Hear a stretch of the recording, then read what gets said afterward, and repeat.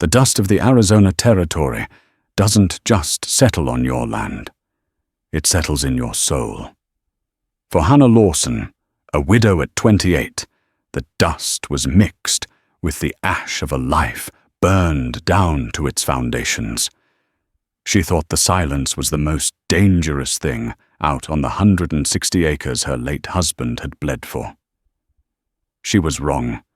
The silence was just the canvas. The real danger was the figure who watched her from the crimson mesas, a silhouette so large it seemed to tear a hole in the sky. He was coming for her with a promise that was both a prophecy and a threat. The heat of August 1883 was a physical weight. It pressed down on the clapboard roof of Hannah Lawson's small ranch house, on the thirsty corn stalks in the field, and on the spirit of the woman left to manage it all. It had been 6 months since the rock slide in the Dragoon Mountains had claimed her husband Thomas, leaving Hannah with nothing but a faded tintype photograph, a mountain of debt to the bank in Tucson, and a loneliness so profound it had its own sound. The weary creak of the porch swing she now occupied, shotgun resting across her lap. The ranch was dying. The small herd of cattle Thomas had prized was down to a dozen head skeletal things that wandered in search of scarce grass. The creek that bordered her property was a pale, muddy ribbon, and the well was threatening to run dry. Every sunset painted the sky in brilliant strokes of orange and purple, a beautiful lie that mocked the drab, sun-bleached reality of her life. Her immediate problem had a name: Bartholomew Bart Corrigan, a man whose belly strained the buttons of his waistcoat and whose smile never quite reached his cold, calculating eyes. He owned the sprawling Sea-Bar ranch that bordered hers on 3 sides. Her land contained the last reliable spring in the valley, and Corrigan wanted it. Mrs. Lawson, he'd said just last week, his large frame blocking the sun on her porch. A woman alone has no business in a place like this. It's a harsh land, unforgiving.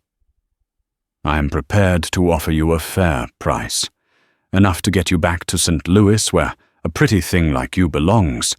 The offer was an insult, barely a quarter of what the land was worth. When she refused, his smile tightened. This land chews up men, Hannah. It will swallow a woman whole. Think on it. It wasn't an offer. It was a warning. In the days that followed, one of her fences was cut, and 3 of her cattle wandered off, never to be seen again. Sheriff Brody, a decent man, worn thin by a territory too large to tame, had ridden out, tipped his hat, and sighed. Can't prove it was Corrigan's men, Hannah. Could have been rustlers. Could have been anything. You should consider his offer. So now she sat the heavy Parker shotgun, a grim comfort. The sun began its descent, and the long shadows of the saguaro cacti stretched like skeletal fingers across the baked earth. That's when she saw him for the first time. He was on the mesa to the east, a lone figure standing against the dying sun. Even from this distance, nearly half a mile away, he was immense. Not just tall, but broad, a solid block of a man carved from the red rock itself. He wore buckskin leggings, and his bare chest, the color of rich copper, seemed to soak up the last rays of light. He was too far to see his face, but she could feel his stillness, his focus. He was watching her. An Apache. The word sent a tremor of cold fear through her, a fear drilled into every settler by stories told in hushed, grim tones. But this was different. The local bands had mostly been moved to the reservation at San Carlos. Lone wanderers were rare, and one of this size was unheard of. He didn't move. He just stood there, a sentinel of the wilderness, until the last sliver of sun vanished, and the world was plunged into the swift twilight of the desert. When she looked again, he was gone. The next day, he was there again. And the next, he never came closer, but his presence was a constant unnerving pressure. He was a part of her landscape now, as fixed as the mountains. Was he one of Corrigan's tricks? A hired brave meant to scare her off? The thought was plausible, but the man on the mesa felt ancient. He seemed less like a man for hire and more like a force of nature that had simply awoken. On the fourth day, her well pump broke. The main gear had been deliberately smashed with a rock. It was Corrigan's work. She knew it. Desperate and furious, she spent the morning trying to fix it, her hands raw and bleeding, her clothes soaked in sweat and grime. By midday, defeated, she slumped against the well tears of frustration, carving clean paths through the dust on her cheeks. The shadow fell over her first. She looked up, her heart seizing in her chest. He was there. Not on the mesa, but standing 10 feet away by the corner of her barn. The giant from the ridge. Up close, his size was staggering. He had to be 6.5 feet tall, with shoulders as wide as a doorway. His face was a mask of hard angles and planes framed by a cascade of jet-black hair that fell past his shoulders. He was younger than she'd expected, perhaps not yet 20, a boy for all his size. But his eyes were ancient, dark and unreadable as a moonless night. He carried no rifle, only a long knife sheathed at his hip. Hannah scrambled back, grabbing the shotgun she'd left leaning against the well. She cocked both hammers, the metallic click-clack echoing in the sudden dead silence. "Get off my land," she ordered, her voice trembling but loud. He took a slow, deliberate step forward, his gaze sweeping over her, the broken well, the struggling corn, the house. It was a look of appraisal, of cataloguing. He showed no fear of the gun pointed at his chest. "My land," she repeated, her finger tightening on the trigger. He stopped, his eyes finally locking onto hers. He spoke, and his voice was a low rumble like distant thunder. His English was broken thick with the cadence of his native tongue. "You are alone. Your man is gone. Your land is dying." It wasn't a question. It was a statement of fact. "That's none of your business," she spat. "Leave now!" He took another step. She instinctively backed away.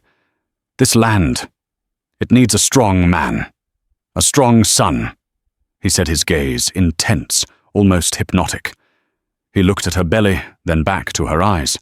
The air grew thick, heavy, with a meaning she couldn't yet grasp. By winter, the giant Apache boy vowed, his voice resonating with an unnerving certainty. "You will have my son growing inside you."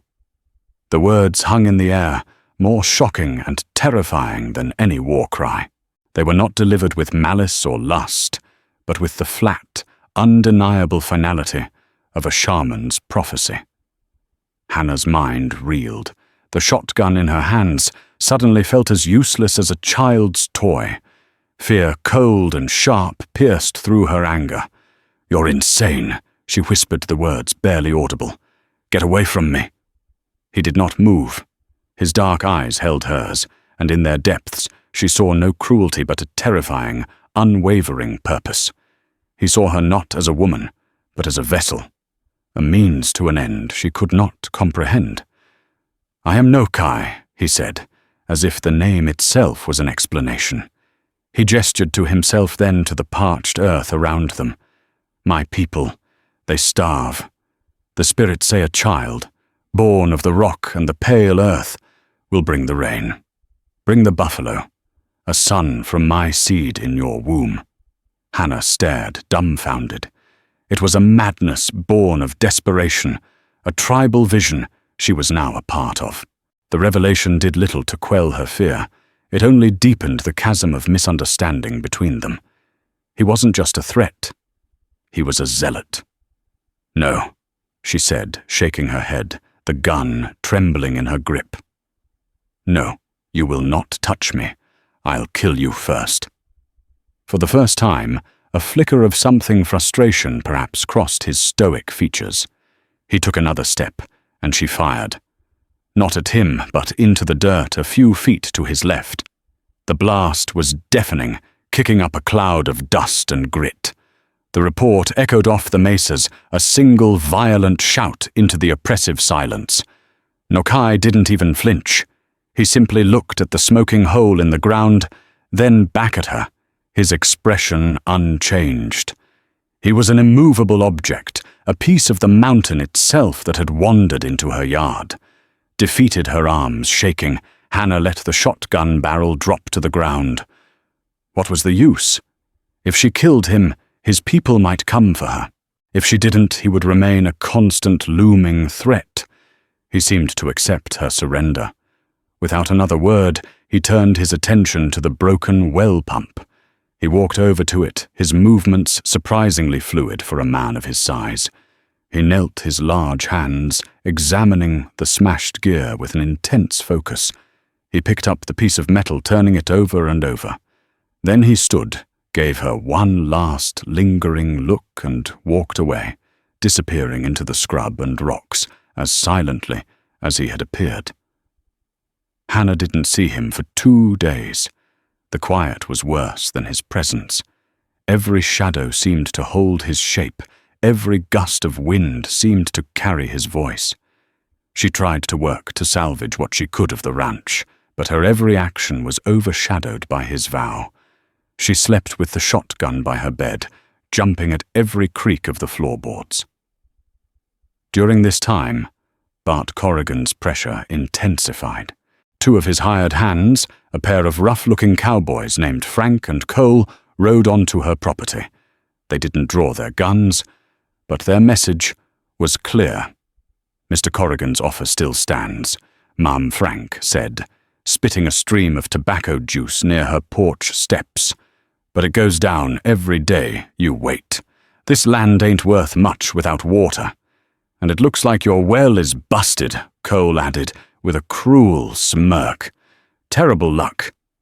"Get off my property," Hannah said, her voice tight with rage. "We're just delivering a message," Frank shrugged, reining his horse around. "You'll come around. They always do." They rode off laughing, leaving her in a cloud of dust and humiliation. She knew they were responsible for the well. That night she lay awake, listening to the coyotes howl, feeling trapped. The civilized world represented by Corrigan was slowly strangling her. The wild world embodied by Nokai wanted to claim her. There was nowhere to turn. The next morning, as the sun's first light painted the eastern sky, she heard a sound from the well. A soft, rhythmic thump, thump, thump. Her heart hammered against her ribs. Grabbing the shotgun, she crept to the window and peered out. It was Nokai. He was kneeling by the well, a flat rock in one hand and the broken gear in the other. He had built a small contained fire, and the metal gear glowed a dull red within the coals. With a pair of tongs fashioned from green branches, he pulled the gear out, placed it on another large rock, and began to hammer it with painstaking precision. He was fixing it, reshaping the bent and broken teeth of the gear with a primitive yet effective form of blacksmithing. She watched him for over an hour, hidden behind her curtain. He worked with an unhurried, focused grace that was mesmerizing. When he was done, he doused the metal in a bucket of her precious water, the hiss of steam loud in the morning air. He then reassembled the pump mechanism with a startling familiarity, as if he had done it a dozen times before.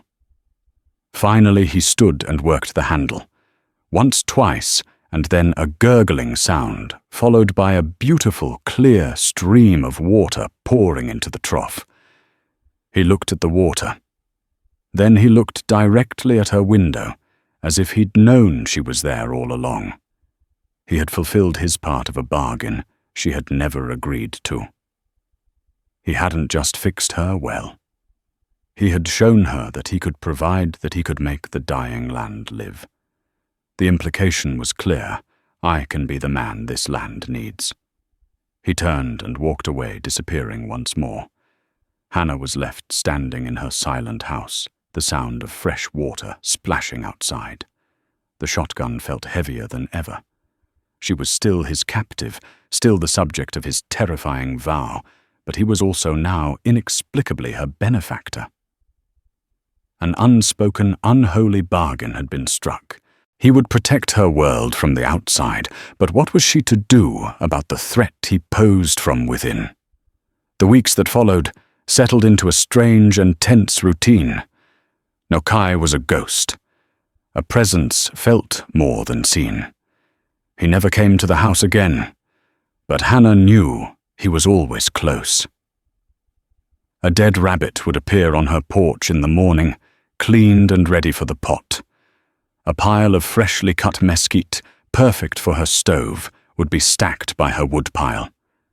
These were not gifts, they were statements, provision, strength, a continuous, silent reinforcement of his purpose. She never acknowledged them, but she used them. The meat sustained her, the wood warmed her cool desert nights. To refuse them would have been a foolish, wasteful pride, and pride was a luxury she could no longer afford. Her fear of him began to change, mutating into something more complex. The raw terror was replaced by a constant humming anxiety, a deep-seated unease. He was no longer just a physical threat. He was an enigma she was desperately trying to understand as a matter of survival. She started watching the mesas, not with dread, but with a hunter's focus, trying to learn his patterns. She saw him tracking, moving with an impossible stealth for a man of his size, blending into the landscape until he was nothing more than a trick of the heat haze. Corrigan's men, Frank and Cole, returned a week after the well was fixed. They rode in with a swagger, expecting to find her broken and desperate. They stopped dead when they saw the well handle moving and water flowing.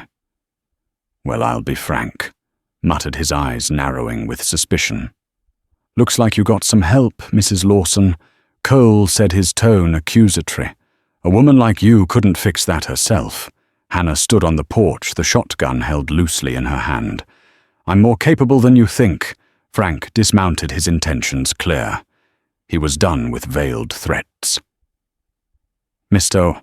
Corrigan is a patient man, but his patience is wearing thin. We're here to help you pack." He took a step towards the porch, a leering grin on his face.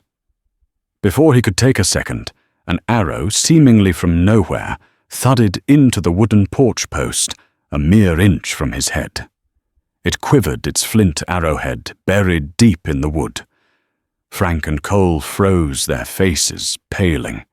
They frantically scanned the rocks and ridges, their hands hovering over their holstered pistols. There was nothing but silence and the shimmering heat. What the hell was that? Cole stammered, his horse shifting nervously beneath him. Another arrow struck the dirt at Frank's feet, kicking up a puff of dust. This one had a small strip of red cloth tied to its fletching. It was a clear, unmistakable warning. "Let's go," Frank said, scrambling back onto his horse with clumsy haste. Now, they spurred their horses into a gallop, not looking back, until they were a safe distance away. Hannah stared at the arrow in her porch post. She looked toward the mesa, where Nokai often kept his vigil. She couldn't see him, but she felt his gaze as surely as she felt the sun on her skin. He had protected her. He had declared her his territory, and Corrigan's men were trespassers. The unspoken bargain had been sealed in violence. Her fear of him was now inextricably tangled with a reluctant, terrifying gratitude. He was her shield against Corrigan, but the price of that protection was his continued presence and the weight of his vow. A few days later, a dust storm blew in a roiling brown wall that turned day into a suffocating twilight. The wind howled, rattling the windows and tearing at the roof. Hannah huddled inside, the fine dust seeping through every crack, coating everything in a gritty film. The storm raged for a full day, and when it finally subsided, the world outside was changed. Her small cornfield was buried under a layer of sand, and her water trough was a muddy mess. Worse, her last remaining cow had wandered off in the maelstrom. It was old, but it was her only source of milk. Losing it was a devastating blow. She was surveying the damage, her heart heavy with despair, when Nokai appeared. He walked not from the rocks, but from the direction of the creek bed, leading her cow by a makeshift rope. The animal looked spooked, but was unharmed. He stopped before her, offering her the rope. She hesitated for a moment, then took it, their fingers brushing for a fraction of a second. His skin was warm and rough. It was the first time they had touched. "Thank you," she said the words, feeling small and inadequate. He grunted in acknowledgement. His eyes, however, were not on her. They were on the ruined cornfield. He walked over to the buried stalks, kneeling to run the sandy soil through his fingers. He looked up at the sky, then back at the ground, his expression thoughtful. He pointed to a different patch of her land, closer to the creek, an area she'd always considered too marshy to plant. Here he said, his English still halting. "Plant here. The wind cannot take it. The water is close." Then he pointed to the west, towards the mountains. "Storm comes again, before the moon is full." He was teaching her. He wasn't just providing for her. He was showing her how to survive in his world by his rules. He was showing her the language of the wild, a language of signs of wind, of soil. This was not the act of a simple brute or a kidnapper. It was the act of a husbandman, a caretaker. The thought was so unsettling, so contrary to the horror of his initial vow, that she felt a wave of dizziness. She looked at him, truly. Looked at him not as a monster or a threat, but as a man. A young man burdened by a desperate alien faith. She saw the worry etched around his eyes, the immense weight of his people's survival on his broad shoulders. His vow was not about conquering her, she started to realize. It was about creating something. It was about forging a future in the only way he knew how. The understanding did not make the vow any less terrifying, but it painted it in a different light. It was no longer black and white, but a confusing, terrifying shade of grey. He was her protector and her captor, her teacher, and the source of her deepest fears. And as she stood there, holding the rope to the cow he had saved, she knew she was becoming as much a part of his world as he was of hers. The town of Redemption was a 2-hour ride away, a dusty collection of buildings that offered supplies, a sheriff and judgment in equal measure. Hannah had avoided it for weeks, stretching her provisions, living off Nokai's silent offerings and her own dwindling stores. But she was out of flour and salt, and her kerosene lamp was running dry. A trip was unavoidable. She left at dawn, hoping to be back before nightfall, a nagging anxiety chewing at her. It felt like leaving her small, fortified island to sail into hostile waters.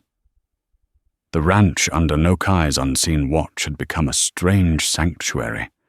The world beyond it felt more dangerous than ever.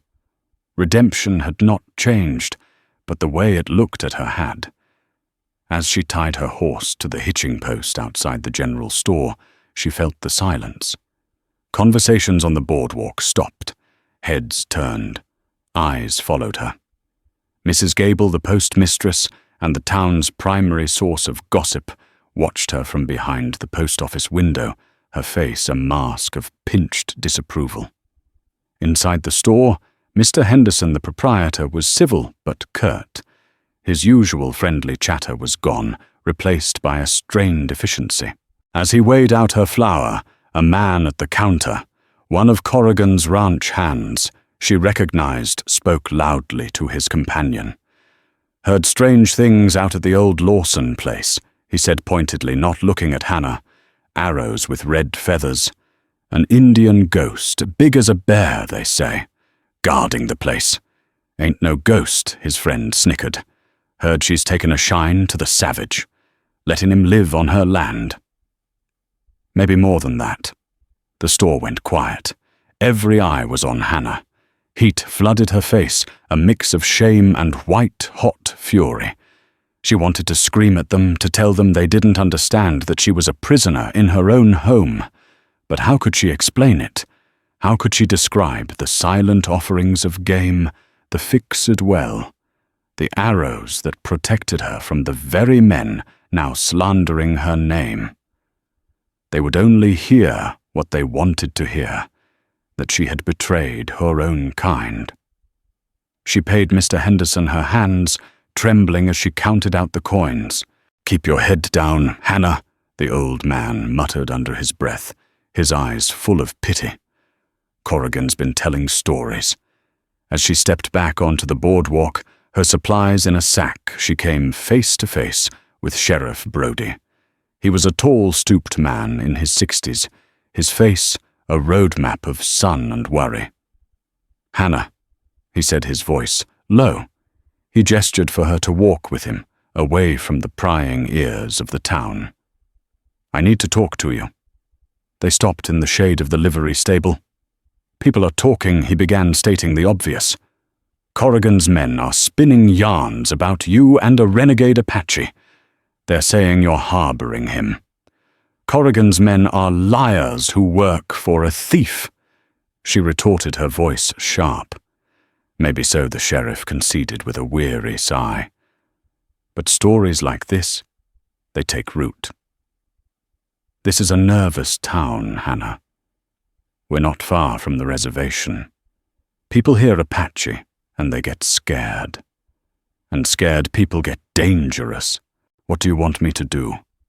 My well was smashed, my fences cut. You told me you couldn't help. An arrow is the only reason Corrigan's thugs didn't drag me off my porch last week. The words tumbled out, a confession she hadn't intended to make.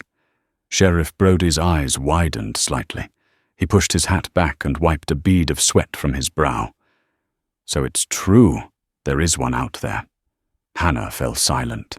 To admit it was to confirm their worst fears. To deny it was to lie. "Listen to me," the sheriff said, his voice earnest. "I don't care what your arrangement is. I'm telling you for your own good. Get rid of him. If a posse decides to ride out there, they won't be asking questions. They'll shoot him on sight, and they might not care if you get caught in the crossfire. You'll be seen as a traitor.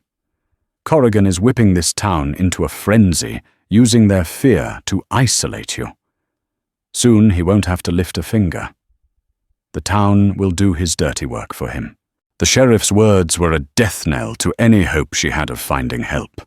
The law her own people were telling her she was on her own. She was an outcast. Her only ally was the man who had vowed to impregnate her. The ride back to the ranch was a blur of dust and despair. The town's judgment felt like a physical brand on her skin. They had cast her out, leaving her to the mercy of the wilderness and the giant who ruled it. As she rode into the small valley where her ranch lay, the familiar silhouette of Nokai was waiting on the ridge. He was watching for her, ensuring her safe return. For the first time, the sight of him did not bring a spike of fear. It brought a strange, bitter, and profound sense of relief. He was the only thing standing between her and a world that wanted to destroy her. That evening, as twilight bled across the sky, she did something she had never done before. She took a portion of the rabbit stew she had cooked and a piece of cornbread, placed them in a bowl, and walked out of her house. She walked 50 yards toward the rocks, placed the bowl on a flat stone, and returned to her porch to watch. It was an offering, a concession, an acknowledgement of their bizarre symbiotic relationship. She didn't have to wait long. As the shadows deepened, his massive form detached itself from the rocks. He moved to the stone, picked up the bowl, and retreated back into the darkness. He didn't look at her, but she knew he was aware of her. Sitting on her porch swing in the encroaching darkness, Hannah Lawson finally accepted the terrifying truth. The town of redemption was no longer her community. Her world had shrunk to this 160 acres of dust and rock, and her fate was now tied, for better or worse, to the giant Apache boy who watched over it. The line between captor and protector had blurred into nothing. The sheriff's warning proved prophetic. Bart Corrigan, sensing his victory was near, decided to stop playing games. He would not rely on the town's fear alone. He would use it as cover for a final decisive action. He wanted the land, and he would have it before the first winter snows dusted the peaks of the Dragoons. The attack came not at night as she might have expected, but in the brazen heat of midday. Hannah was mending a harness in the barn when the sound of a dozen horses thundering into her valley shattered the peace. Peeking through a crack in the barn door, she saw them. Corrigan was at the front, his bulk overflowing his saddle, flanked by Frank Cole and at least 10 other hard-faced men, all armed with rifles. This was no posse of concerned citizens. It was a private army. Hannah Lawson Corrigan's voice boomed across the yard. "By the authority of the Arizona Territory, you are being evicted from this property for consorting with a hostile native. We are here to remove the threat." It was a lie, a flimsy legal pretext, but it was all he needed. In the eyes of anyone who asked, he was a hero, rooting out a dangerous renegade. Hannah's blood ran cold. She fumbled for the shotgun she always kept nearby, her hands slick with sweat. This was it. The final confrontation. She heard a sound from the hayloft above her, a whisper of movement. She looked up, her heart leaping into her throat. Nokai was there. He must have been in the barn when they arrived. He crouched in the shadows, his massive form taut as a drawn bowstring. In his hands was not a bow, but a hefty war club, its head carved from dense ironwood. His face was a grim mask of concentration. He met her gaze and put a single finger to his lips. Outside, Corrigan was losing patience. "Send out the savage and we'll let you walk away, woman. Don't die for him." Nokai's plan became clear in his gestures. He pointed to the rear of the barn, then to the house. He wanted her to make a run for the cover of the thicker adobe walls. Then he pointed to himself and drew a finger across his throat, a gesture that needed no translation. He intended to fight. There was no time to argue. She trusted him.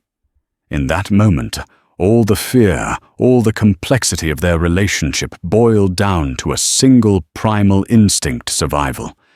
They were in this together. "I'm coming out," she yelled, her voice quavering. "Don't shoot." She took a deep breath and bolted from the side door of the barn, running low and fast across the 20 yards of open ground to her front porch. As she ran, she heard a shout from one of Corrigan's men. "There she goes!" A gunshot cracked the air, and a splinter of wood flew from the porch railing beside her. She threw herself behind the low adobe wall of the porch, gasping for breath, the shotgun clutched to her chest. Her run was the distraction Nokai needed. With a terrifying roar that was more animal than human, he launched himself from the hayloft door, landing amidst the horses. The animals screamed and reared in panic. Nokai was a whirlwind of controlled fury. His war club was a blur, moving with a speed that seemed impossible for its size. He didn't aim to kill, but to disable. He shattered a man's shoulder with one blow, broke another's leg with a sickening crunch as he swept the man from his saddle. The fight dissolved into chaos. Corrigan's men, disoriented, fired wildly. Bullets chewed through the barn walls and whizzed over Hannah's head. From her position on the porch, Hannah took aim. The man who had shot at her was trying to control his panicked horse.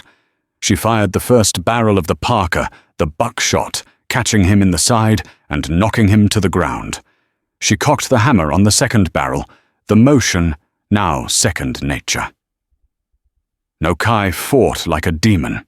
He used his size not as a target, but as a weapon, a force of nature that could not be stopped. He slammed one man into another, their heads cracking together. He vaulted over a horse, dragging a rider down and disarming him in one fluid motion. Cole, his face a mask of terror, leveled his rifle at Nokai's back. Nokai Hana screamed. He turned, seeing the threat too late. The rifle bucked in Cole's hands, but instead of a clean shot, the bullet tore a bloody path through the thick muscle of Nokai's thigh. He roared in pain and stumbled for the first time, looking vulnerable. Cole grinned, raising his rifle for a killing shot. Hannah didn't hesitate. She fired her second barrel. The blast caught Cole square in the chest, lifting him off his feet and slamming him into the dust. Bart Corrigan, who had stayed at the edge of the fray, watched in horror as his private army was systematically dismantled by a single Apache and a determined woman. His face, once flushed with arrogance, was now pale with fear and disbelief. He saw Frank, his arm hanging at a useless angle, crawling away. He saw men on the ground groaning in pain, their horses scattered.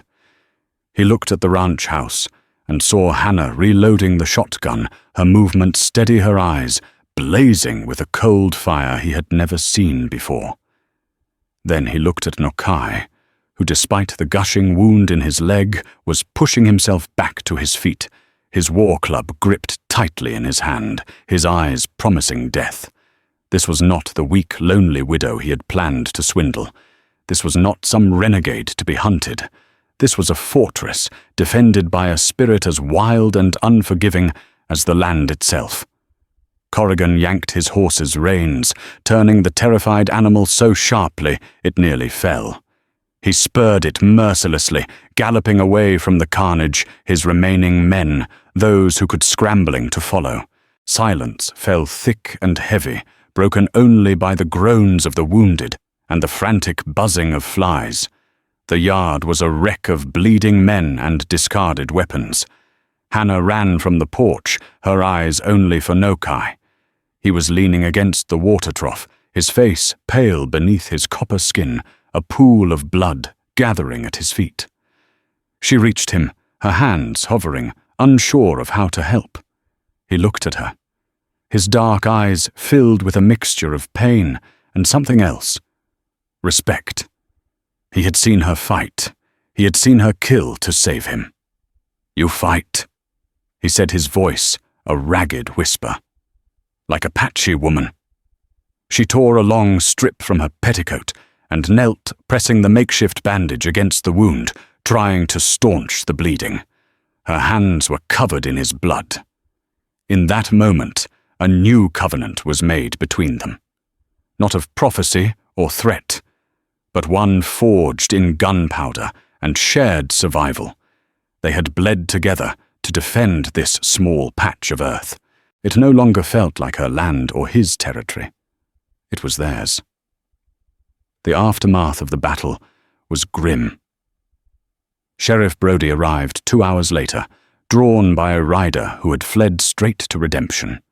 He took in the scene, the wounded men groaning in the dust, the dead cowboy being swarmed by flies, and Hannah Lawson, her dress stained with blood, tending to the giant Apache hidden in her barn. Brody listened to her story, his face unreadable. He looked at Cole's body, then at the wounded men Corrigan had abandoned. He was a man of the law, but he was also a pragmatist. "Corrigan will claim you, and the Apache ambushed him," Brody said, his voice flat. "But he left his own men behind, one of them dead. That won't look good. I can hold him in Tucson for a while on some charge or another, but he'll be back." "What about them?" Hannah asked, gesturing to the men she was patching up. "I'll haul them to Doc Peterson's, and then to a cell. Their testimony might be useful," he said. He looked toward the barn. "And him, he's not going anywhere," Hannah said, her tone leaving no room for argument. "He was defending my home. Our home." The sheriff sighed, a long, weary sound. He saw the shift in her, the hard-won strength that had replaced the desperate fear. I'll tell them the Apache is gone, disappeared back into the mountains. It's better that way. No one needs to come looking for him. But you, Hannah, you've crossed a line. This town won't forget." He left, taking the wounded and the dead with him, leaving behind a silence that was deeper than before. The immediate threat was gone, but the future was a vast, uncertain landscape. Nokai's wound was deep. The bullet had torn through his thigh, and infection was a constant danger. For days he lay on a bed of hay in the barn, feverish and in pain. Hannah became his nurse, his caretaker. The roles were now completely reversed. He was dependent on her for his survival. She cleaned the wound with whiskey and water, packed it with a poultice of herbs. He gestured for her to find yarrow to stop the bleeding willow bark for the fever. She fed him broth and water her hands, gentle as she supported his head. In these long, quiet hours, the last barriers between them crumbled. Stripped of his intimidating strength, he was just a young man, vulnerable and in pain. He would talk to her in his fever snippets of his own language, mixed with broken English. He spoke of his people, the Shirakawa of the failed hunts, and the sickness that was taking the children. He spoke of the shaman's vision, the son born of two worlds, who would lead them to a new hunting ground, a place of renewal. His vow, she finally understood, was not an act of personal desire. It was an act of profound, desperate faith, a sacred duty he had been tasked with to save his people. He was sacrificing his life, his freedom, by leaving his tribe and coming to her, the alien woman from the vision. As he recovered, their communication deepened. She would sit in the barn, mending clothes, and tell him about her life in St. Louis, about her husband, Thomas, about her dreams of making the ranch flourish. He would listen, his dark eyes watching her, and he would tell her stories of the stars of the coyote, of how the mountains were formed. They were from different universes, and yet here in this dusty barn they had found a common ground. One night, a week after the fight, his fever finally broke. He was weak, but his eyes were clear. She brought him his meal, and he ate sitting up on his own for the first time. "You saved me," he said, his voice hoarse but steady. "You saved me first," she replied. They sat in silence, the only light from a single lantern casting long dancing shadows. The vow hung in the air between them. It was no longer a threat. It was not a prophecy. It was simply a question. The first chill of autumn was in the night air. Winter was coming. The time of his prophecy was approaching. Everything had changed since he first spoke those terrifying words. He was no longer a faceless giant on a mesa, and she was no longer a helpless victim. They were allies, partners in a war for survival. They had saved each other's lives. A bond had been forged between them, a strange, powerful connection that defied names like love or fear. It was something more primal. She looked at him, at the man who had protected her, taught her, and fought for her. She thought of his starving people, of the immense burden he carried. She thought of the life she had empty and silent before he came. And she thought of the child from the vision, a bridge between two worlds, a symbol of a future that was neither his nor hers, but something new. She had a choice. For the first time, she truly had a choice. She could tell him to leave, to return to his people now that he was healed. He would go. She knew he would respect her decision now, or she could accept this impossible, insane path that had been laid before her. Standing up, she blew out the lantern, plunging the barn into near-total darkness, illuminated only by a sliver of moonlight through the hayloft door. It was an answer, an acceptance. In the shadows, she went to him. It was not an act of submission or of passion, but one of profound, somber choice. It was the sealing of their covenant, a quiet, deliberate fulfillment of a vow that had been transformed by blood dust and the shared struggle for life. It was Hannah's decision, made on her own terms, under the silent watch of the desert stars. By winter, his prophecy would come true. The first snows of winter came early that year, a fine white powder that dusted the tops of the mesas and clung to the spines of the saguaros. The air grew crisp and clean, and the ranch settled into a deep, quiet peace. Corrigan was gone, his power in the territory broken after the disastrous raid. The town of Redemption left Hannah to her isolation content, to whisper, but afraid to act. Nokai's leg healed, leaving a jagged silver scar. He did not return to the mesas. He stayed. He moved from the barn into the small spare room of the house, his presence filling the rooms that had once echoed with loneliness. He chopped wood, hunted, and worked beside her, his silence no longer unnerving but comfortable. They spoke a language of their own, a mix of his halting English, her gestures, and a deep, intuitive understanding. As the days shortened, Hannah knew. She didn't need a doctor to tell her. A new life was growing inside her, a tiny flicker of warmth against the cold winter. Nokai's son. Her son. She told him one evening as they sat by the fire, the flames casting a warm glow on their faces. She simply looked at him and placed a hand on her still flat stomach. He understood immediately. A look of profound, solemn awe crossed his face. He reached out his large, calloused hand, gently covering hers. He felt not like a victor, but like a humble supplicant before a miracle.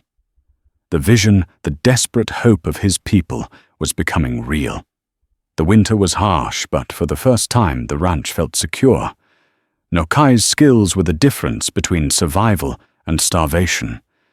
He taught her how to set snares that brought them a steady supply of rabbits and quail.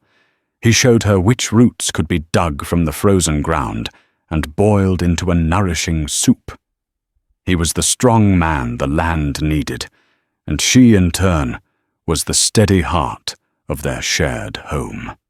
One afternoon, as a blizzard raged outside, 3 figures on horseback appeared through the swirling snow.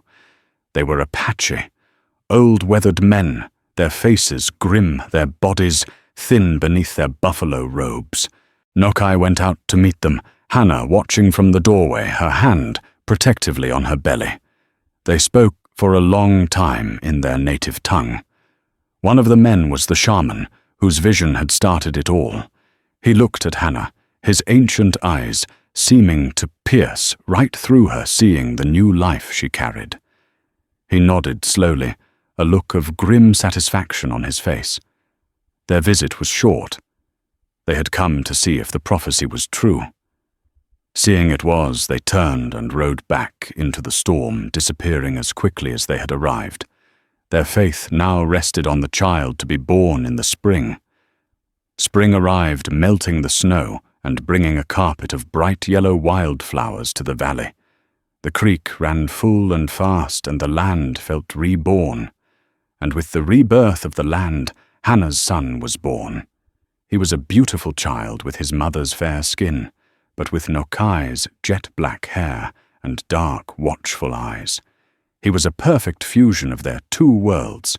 They named him Daniel, a name from her world, but Nokai called him Tsanash Chij, Rock of the Morning. The birth of the child marked the final transformation. The ranch was no longer a place of sorrow or a battleground. It was a home. Nokai was no longer a giant or an Apache boy.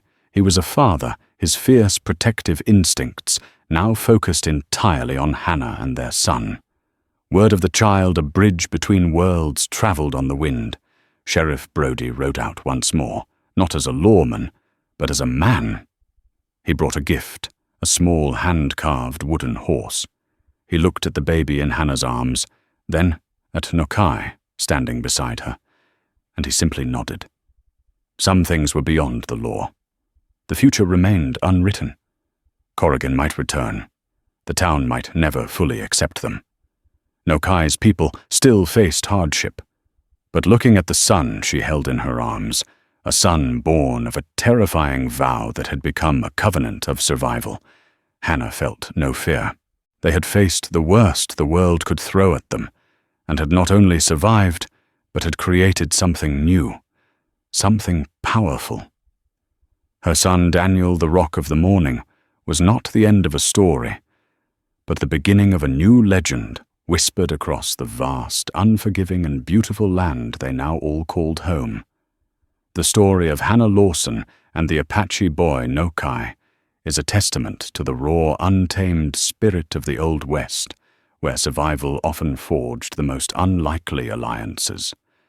Theirs is a story that began with a terrifying vow, a clash of two worlds born from desperation and fear. Yet through bloodshed, judgment, and the shared struggle for a piece of land to call home, that threat transformed into a powerful unspoken bond. It reminds us that family isn't always born of love, but sometimes of necessity, respect, and the mutual will to endure. The son they created was more than just a child. He was a symbol of a new beginning, a bridge built across a chasm of hatred and misunderstanding. What do you think? Was Hannah's final choice an act of love, of survival, or something else entirely? Let me know your thoughts in the comments below. If this tale of the unforgiving frontier captured your imagination, please hit that like button, share it with someone who loves a powerful story, and be sure to subscribe for more true-to-life dramas from the Wild West. Your support helps us keep these legends alive. Thank you for listening.